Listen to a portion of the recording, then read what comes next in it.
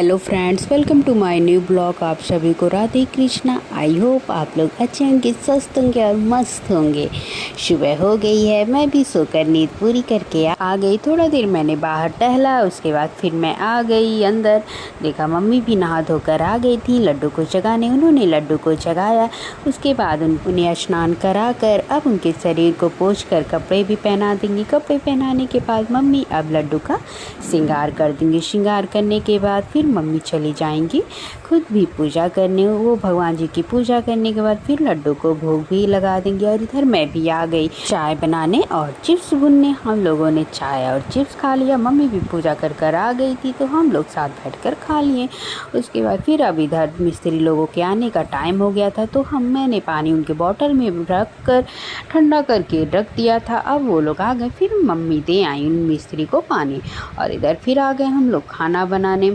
खाने में आज दाल चावल सब्जी और रोटी बनेगी। आज मम्मी ने सोचा कि लड्डू को दूध चावल ही खिला दिया जाए, क्योंकि लड्डू दूध चावल बहुत कम खाते हैं, थोड़ा वो मीठा खा लेंगे। वैसे भी बच्चों को थोड़ा ऐसा ही भोजन खिलाना चाहिए। ये जो आप पौधा देख रहे हैं, इसमें ये पहला फूल निकला हुआ। भी ये पौधा जल्दी ही लगा हुआ था तो अब इसमें छोटे छोटे फूल निकलने शुरू हो गए। तो मैं भी आ गई इन फूलों को देखने।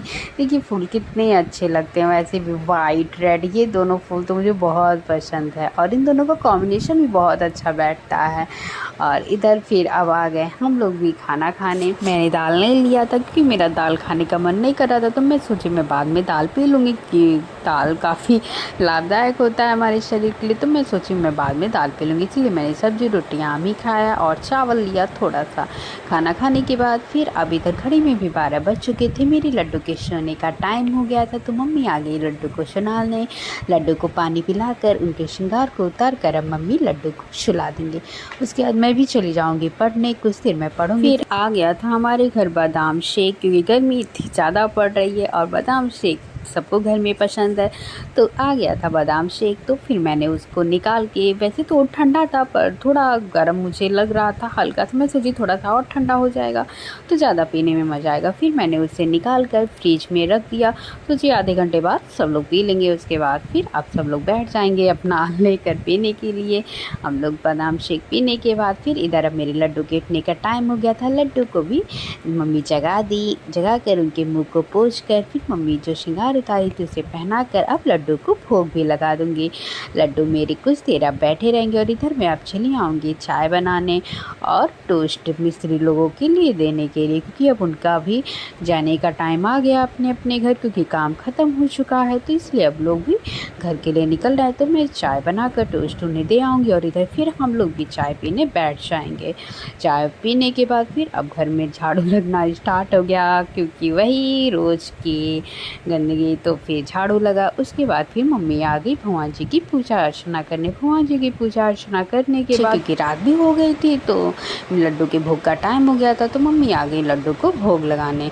लड्डू को भोग लगाने के बाद फिर अब इधर बनेगा आज आलू का पराठा, क्योंकि सब लोग कह रहे थे कि आलू का पराठा बन जाए ना, तो वैसे तो सब्जी चावल रोटी सब बनाना पड़ता था, ये वो आलू का पराठा बन जाए।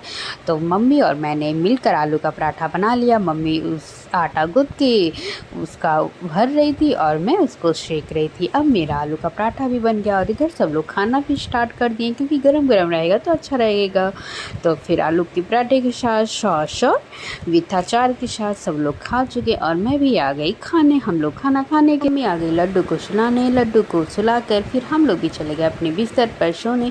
आप सभी को अगर ये मेरा ब्लॉग अच्छा लगा तो प्लीज़ लाइक सब्सक्राइब शेयर और कमेंट करना मत भूलिएगा। आप सभी को राधे कृष्णा, शुभ रात्रि, बाय बाय।